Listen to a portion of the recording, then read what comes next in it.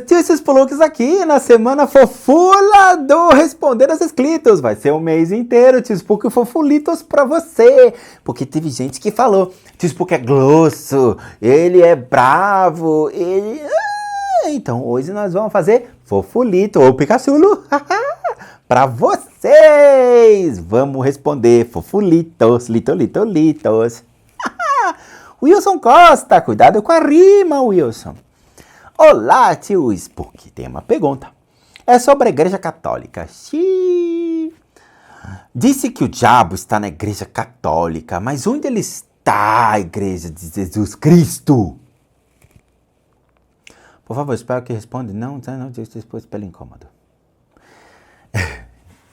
Wilson, sua pergunta, ela abrange milhões de apontamentos. Vamos lá. Quem disse que o diabo está na igreja foi o próprio padre Gabriele Amorfi. O padre Gabriele Amorfi, eu comprei os livros dele, porque foi uma pessoa que me impressionou. Impressionou em vários tipos de discursos, porque eu acho que ele tinha altos e baixos. Em alguns livros, ele era extremamente agressivo dentro do critério de falar que a igreja tem muitos erros, e esses erros faziam com que o diabo existisse dentro do Vaticano. Tem até no canal Rai, que é um canal italiano, um documentário sobre o diabo no Vaticano e que mostra uma criança do lado do... eu não lembro quem era, qual que era o papa que estava segurando, e a criança ficava com uma cara assim, tipo, parecia que ela estava possuída pelo demônio. Mas isso é uma brincadeira, claro. A questão é, o que é o diabo no Vaticano? Se você entrar na Amazon, por exemplo, você escrever Vaticano, você vai ver que existem uns livros falando sobre os crimes do Vaticano. Muitos crimes foram acontecidos no Vaticano. Crimes que lidavam com pedofilia, crimes que lidavam com drogas, crimes que lidavam com grana. Principalmente se você for ver a história dos papas. Todos os papas tiveram muitos problemas na história, inclusive papas que morreram com doenças sexualmente transmissíveis. Opa, peraí, mas ele não dá a vida para Deus, ele não dá a vida para o Vaticano, por que ele tinha relações sexuais? Ele transava com garotas de programa, né, as prostitutas na época. E eles morriam por sífilis, eles morriam por doenças que consumiam os seus corpos, e todas adquiridas por contato sexual. Sério. Tem histórias macabras sobre o Vaticano, então basta vocês procurarem, eu já publiquei aqui no canal, dentro da playlist podcast, esses livros. Então, por favor, façam as honras e assistam os vídeos e vocês vão ter esses ensinamentos. Quando a Igreja Católica ela é constituída por Paulo, a Igreja Católica meio que destruiu muitos ensinamentos de Cristo, principalmente a questão de dar aos pobres. Cristo, quando surge, ele surge numa figura muito social, de acordo com Gerd Tyson, que no livro das primeiras comunidades cristãs, ele equipara as riquezas. Então ele tira dos ricos e dá para os pobres. Ele faz com que os pobres que estavam numa categoria miserável e sobre o aspecto dos mortos, sim, de acordo com as literaturas, as pessoas que eram jogadas ao nada, ao limbo, eles recebiam a denominação de leprosos ou mortos, que eram aqueles que a gente não poderia se misturar, não poderia estar presente ou mesmo saber de sua existência, porque muitos deles, eles perderam a sua identidade, eles perderam o seu respeito, eles perderam o seu registro como parte integrantes daquela sociedade e daquela religião que eles tinham. Gerd Tyson disse isso muito claro no seu livro, quando ele fala que o respeito se dava muito pela identidade que eles tinham, que eram judeus.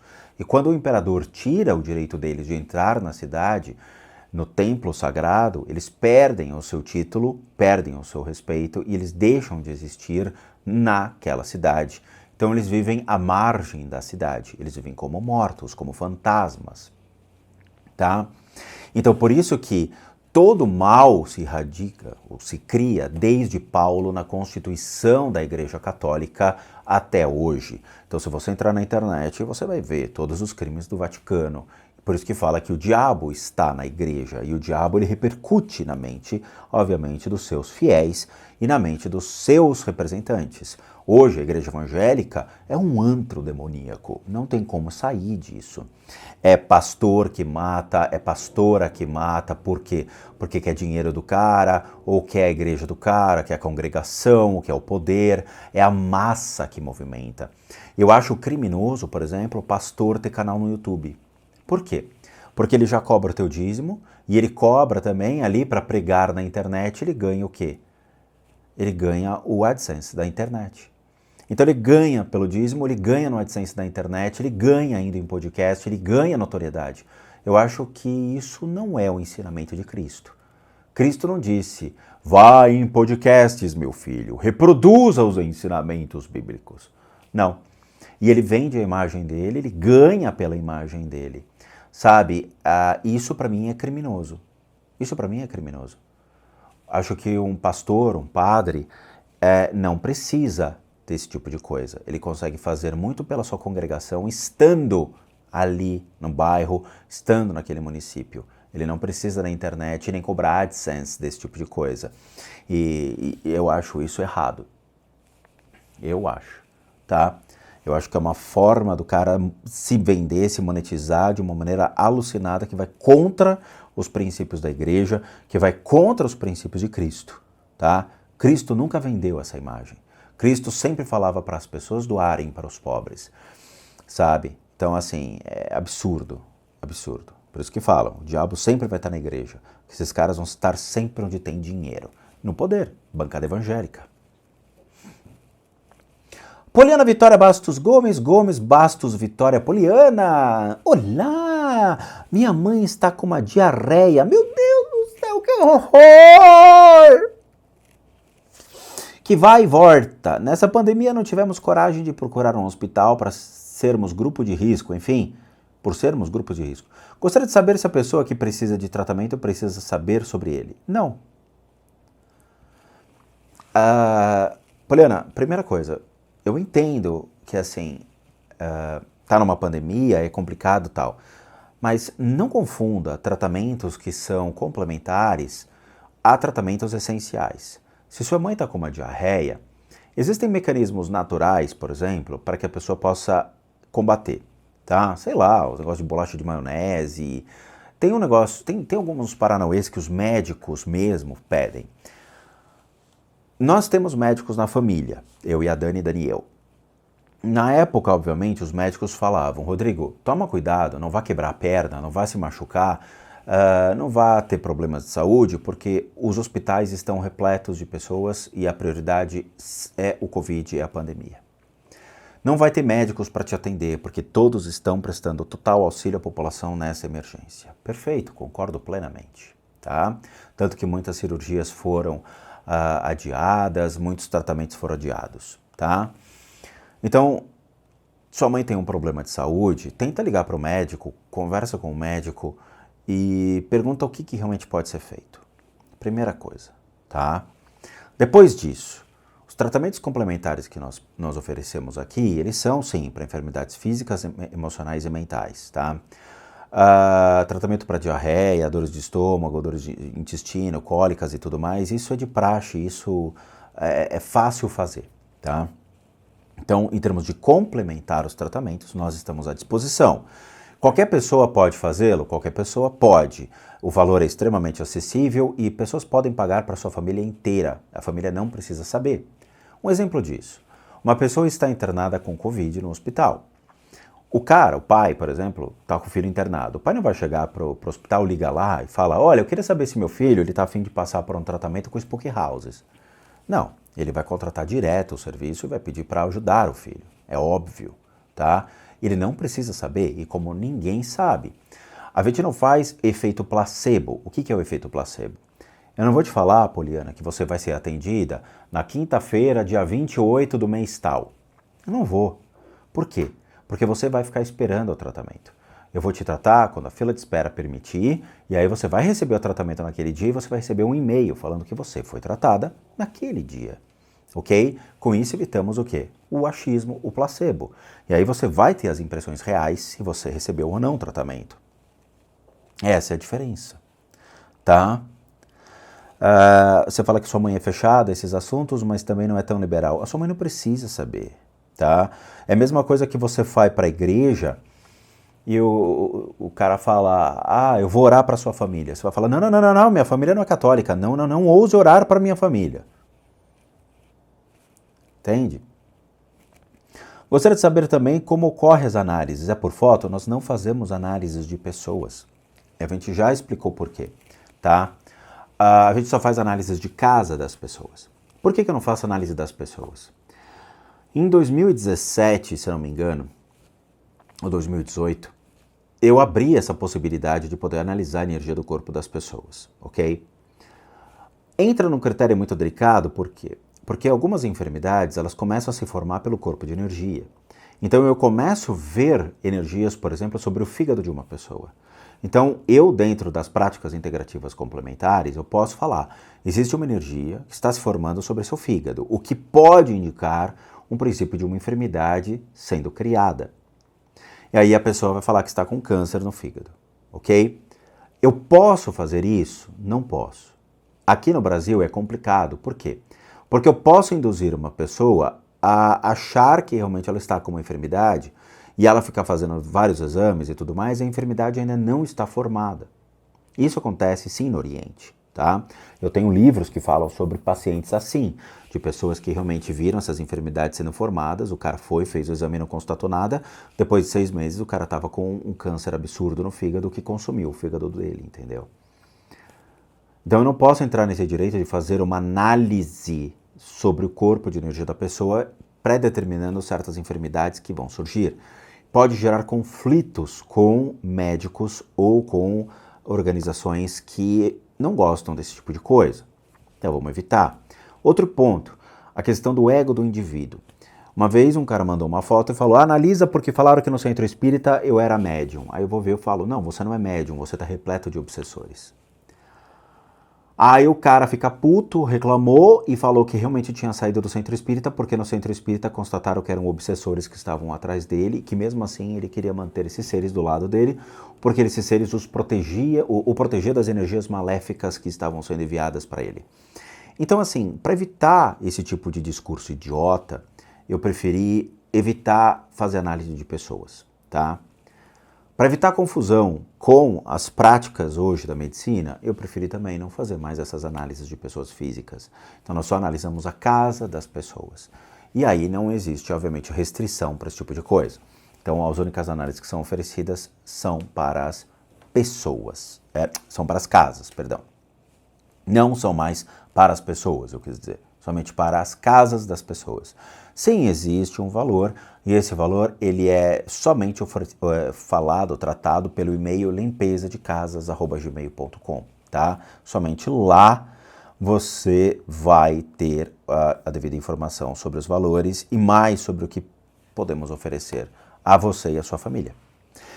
Guilherme Pedrolo! Boa tarde, esses pelúquios! Tudo bem com vocês? Hoje fofinho, porque fofinho! Meu nome é Guilherme, tenho 34 anos, sou de Santa Catarina. E ao me ver o vídeo Spook Responde 39, você falou sobre os povos antigos que viviam há 5.000, 6.000 anos antes de Cristo. Conforme também estou ouvindo no podcast A Origem de Deus. E sabendo que cada consciência evolui conforme cada vida que vive nesta terra, minha pergunta é... É possível ainda existir vivendo em tempos atuais alguma consciência que viveu naqueles tempos antigos? Não, não é. Você já identificou alguma consciência tão antiga assim nas limpezas de casa? 100 anos, 150 anos. Em torno disso. Ou nos tratamentos? Mesma coisa. Um forte abraço e caso escolher minha pergunta para o vídeo, poderia me retornar para que eu possa ver? Não. Imagina, vou te mandar um e-mail falando, olha, a sua pergunta foi respondida, hein? Não, cara, você assiste o canal, porra. Vamos lá. Guilherme, eu já falei algumas vezes, tá?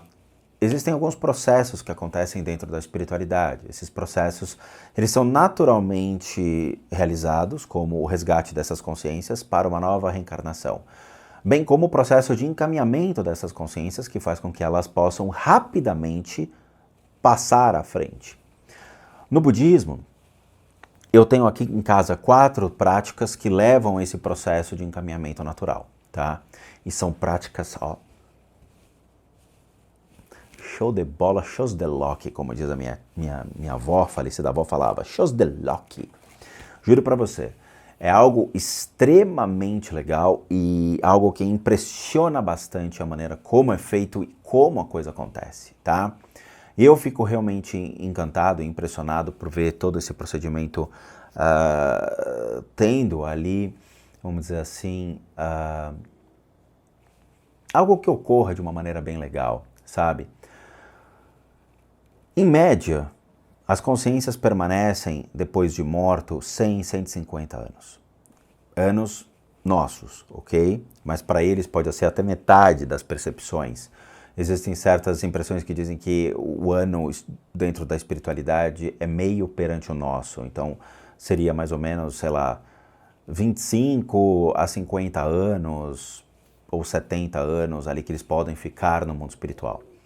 Então, assim, existe esse tempo que eles acabam sendo resgatados naturalmente para poder renascer, para poder reencarnar. Então eles não ficam aqui. Tem gente que fala para mim, analisa campos de guerra de, sei lá, 3.000 anos atrás. Cara, não tem nada. Por quê? Porque essas almas já renasceram. E eu já falei isso em vídeo, mas ainda continuo escrevendo no box. É complicado. Tá? Então assim, a gente fala, explica, fala, cara, não tem como, mas insistem. Insistem. Insistem. Essas consciências não estão lá. Então eu vou fazer um vídeo vazio. Ó, não tem nada aqui. Que nem no cemitério.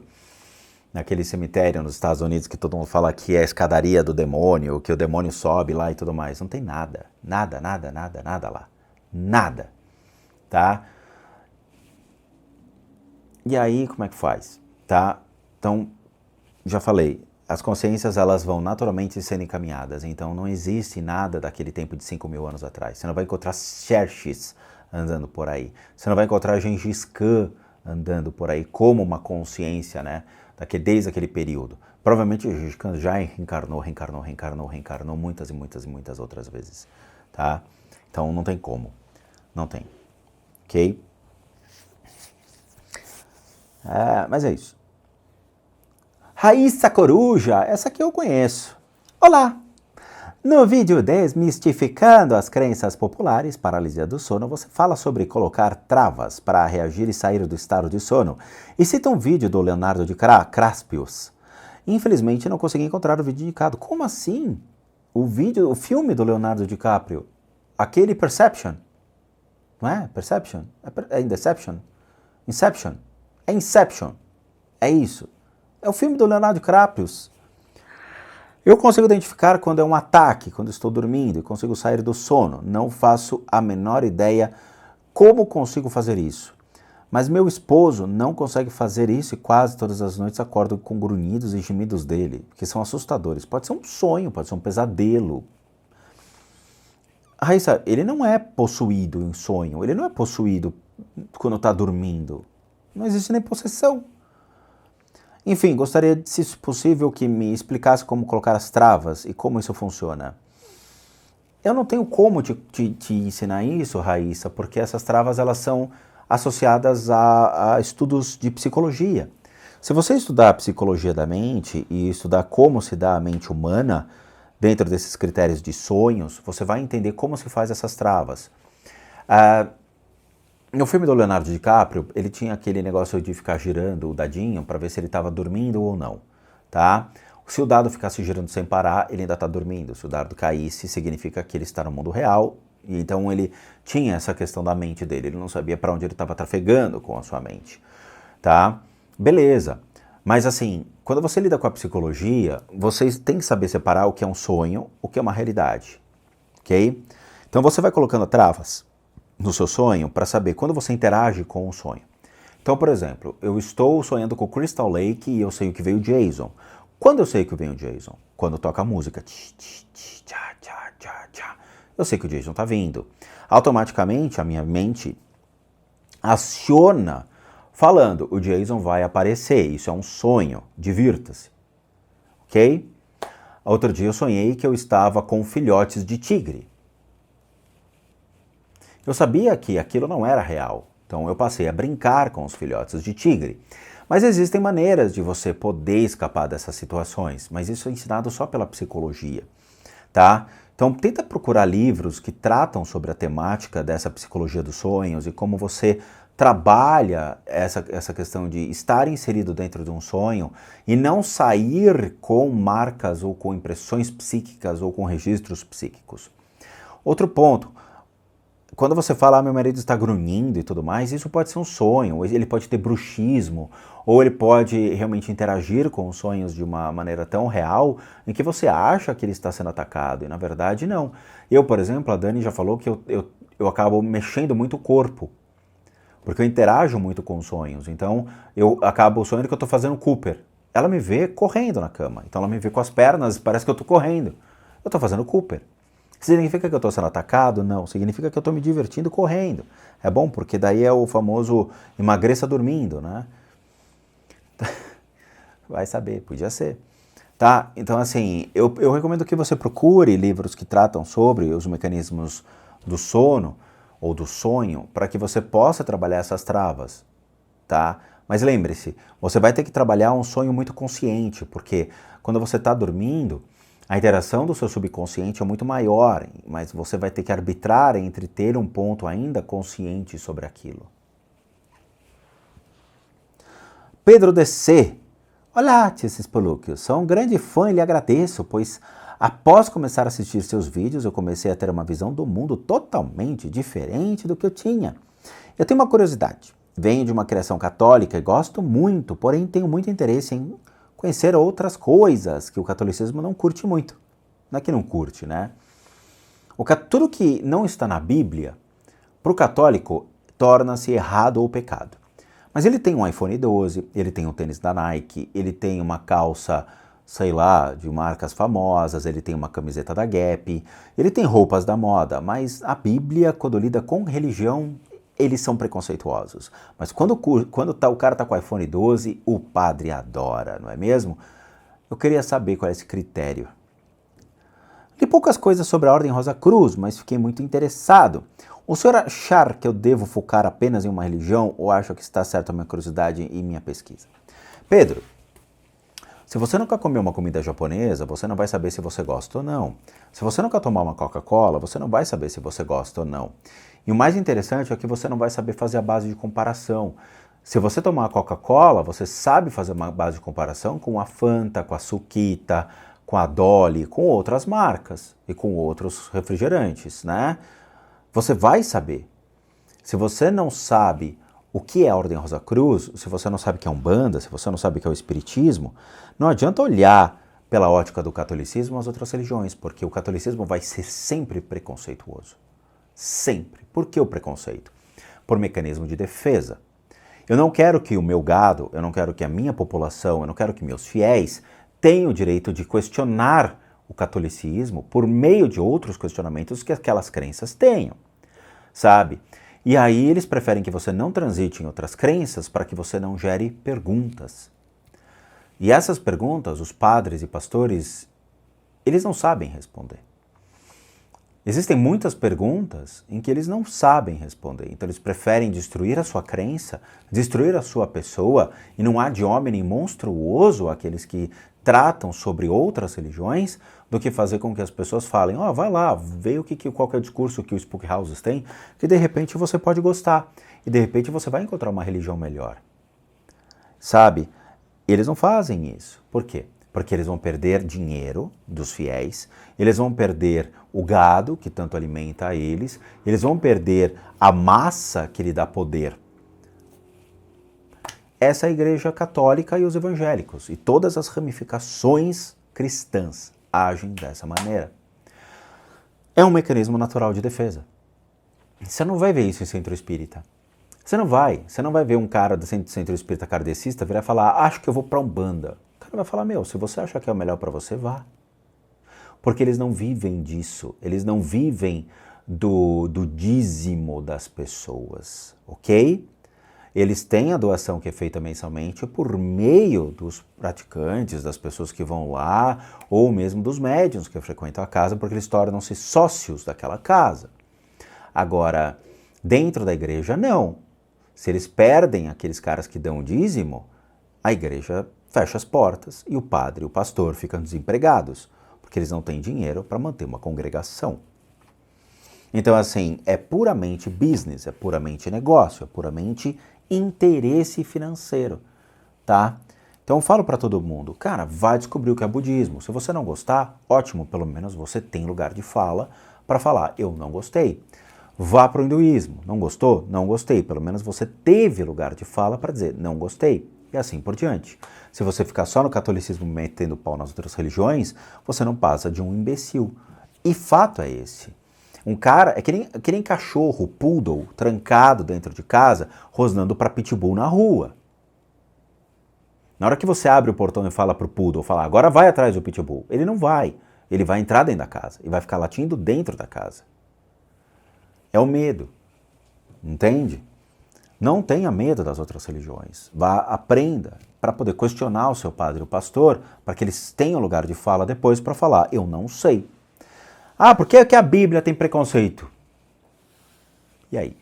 No preconceito do iPhone 12 não tem, mas preconceito sobre a distorção que eles fazem sobre as outras religiões, eles adoram, não é mesmo? Laísa! Olá, seus paróquios houses! Meu nome é Laísa Mel, tenho 17 aninhos e sou grande fã do canal e de pão de mel. Ultimamente tenho me interessado muito em espiritualité e o curso que desejo fazer na faculdade de medicina veterinária envolve mortes, tadinho dos bichinhos, né? O que surgiu na minha cabeça seria a questão da eutanásia, se ela afetaria a vida espiritual desses seres aplicada. Teria um momento certo para aplicá-la? É correto espiritualmente aplicá-la? Afetaria espiritualmente? Falo só pelos cachorros, mas sim pelos humanos também. Eu não entro nesse critério, Laísa. Assim, existe a eutanásia, a deutanásia, existem várias maneiras hoje que são vistas, tá? Existem médicos que defendem a eutanásia. Existem médicos que defendem realmente a desligada dos aparelhos, tendo em vista que uma pessoa às vezes pode estar vegetando lá, não se sabe quando essa pessoa vai voltar à vida, então para que fazer a pessoa continuar sofrendo, principalmente os sofrimentos da família, então desliga-se os aparelhos e a pessoa morre, tá? Isso é uma escolha em que as famílias fazem, isso é uma escolha que o médico apresenta para a família e há um bom senso, um consenso. Em alguns estados, isso é condenado. Aqui no Brasil é condenado claramente, acho que em todas as instâncias isso não é permitido. Mas nos Estados Unidos existem lugares que são permitidos e outros não, tá? Hoje, tendo em vista as práticas integrativas complementares e tendo em vista essa questão de ver um ser humano mais holístico, as pessoas criaram um outro processo. Esse processo é um processo do home care. Então, assim, essa pessoa está sofrendo, essa pessoa está doente, essa pessoa vai morrer. Então, recomenda-se que ela pelo menos passe os últimos dias felizes com a sua família. Então, não vou submetê-la em coma e fazer com que ela fique em coma até realmente as coisas melhorarem. Eu prefiro que ele aceite a morte de uma maneira natural, estando com seus entes queridos, estando com seus parentes, tá? E eu, Rodrigo, não tenho como falar sobre esse processo, se é justo ou não justo, se é legal ou não legal. Não sou eu que vou predeterminar esse tipo de coisa, quem vai predeterminar são as autoridades. A lei, o Conselho de Medicina e todos aqueles que estão envolvidos nesse processo. Eu não tenho, infelizmente, lugar de fala, eu prefiro também ficar fora desse discurso. Tá? Espiritualmente, de novo, eu também não sei lhe falar. Por quê? Porque eu precisava analisar uma pessoa que está numa situação dessa para ver se realmente a consciência dela encontra-se no corpo físico ou se a consciência já foi elevada e o corpo está num estágio vegetativo somente funcionando por máquinas. Então a consciência pode não estar lá. Se a consciência não estar lá, então, espiritualmente, a consciência já está sendo preparada, fato, a morte, sendo preparada para uma nova reencarnação. O que a deixa ainda preso é o estado mecânico colocado, submetido ao corpo físico, tá? Então, De novo, eu não tenho como lhe dar um parecer sobre isso. É uma situação muito delicada e das escolhas das pessoas envolvidas e dos médicos. Bom, mas é isso. Já demos aqui mais meia horinha de vídeo para vocês falando sobre o tema. Eu agradeço de coração a todos vocês por assistir o vídeo até agora.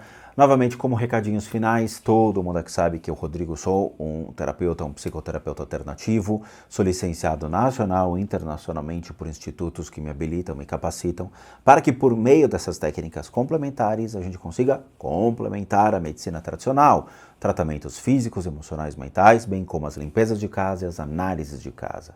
Aqueles que querem passar por isso devem encaminhar um e-mail para limpezadecasas@gmail.com e lá vocês vão ter todas as devidas informações, bem como os devidos valores. Sim, eu cobro. Por quê? Porque eu não sou paranormal, eu não sou vidente, eu não sou espírita, eu não sou médium. Eu sou um profissional das práticas integrativas complementares, tá? Para aqueles que querem ajudar o canal, nós temos 3 formas de ajuda. Uma delas é o PayPal, outra é o Seja Membro e o Valeu. Todos eles estão aqui embaixo, tá? Ou seja, membro, você torna-se membro do canal doando até R$8. O PayPal, você é livre, pode doar o valor que você quiser ou puder. E o Valeu, também encontra-se aqui abaixo, é novo. E não sei, acho que você também pode doar qualquer tipo de dinheiro por forma deste Valeu, tá bom? E nosso site, casasassombradas.com.br, com muita coisa legal para vocês. Vejo vocês nos próximos vídeos e bons sustos a todos nós.